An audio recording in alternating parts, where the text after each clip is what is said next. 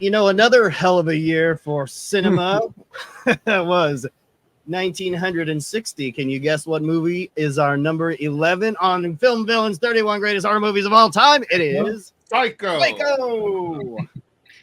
I'm amazed this should be top 10 easily. Yeah. I had, Alien I had as 2. Really? Well, I guess we should just change it all now. Yeah. Should have had it at number 1. All wrong. I mean, we've been talking about horror movies that change everything, but Psycho literally changed everything. Yeah, modernized horror. There's there's before Psycho and there's after Psycho. Yes, that is very true. And Peeping Tom. Well, we gotta throw Peeping Tom in there again. Even though it got kind of banned. You know what the bottom line is? Psycho's better. Yes, it is.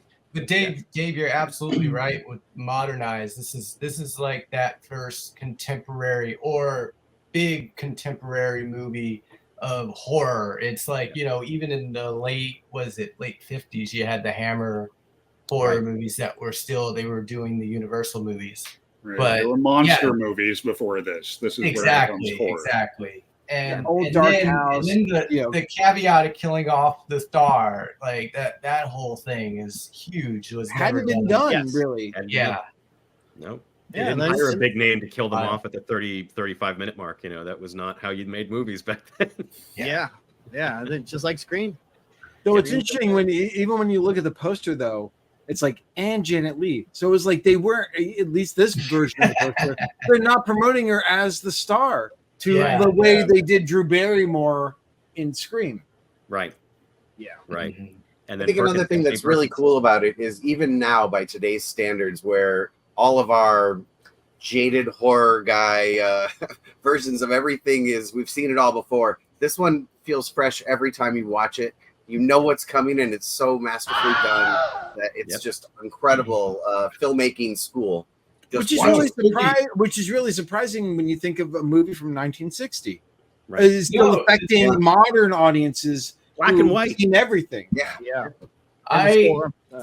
About 20 years ago, like I was getting out of college, and I had a friend that had never heard of Psycho, never heard of didn't know about the shower scene, nothing. So I said, "Oh, well, we have to watch it." And I just took notes. I was watching them watch the movie, and it held up. It's true.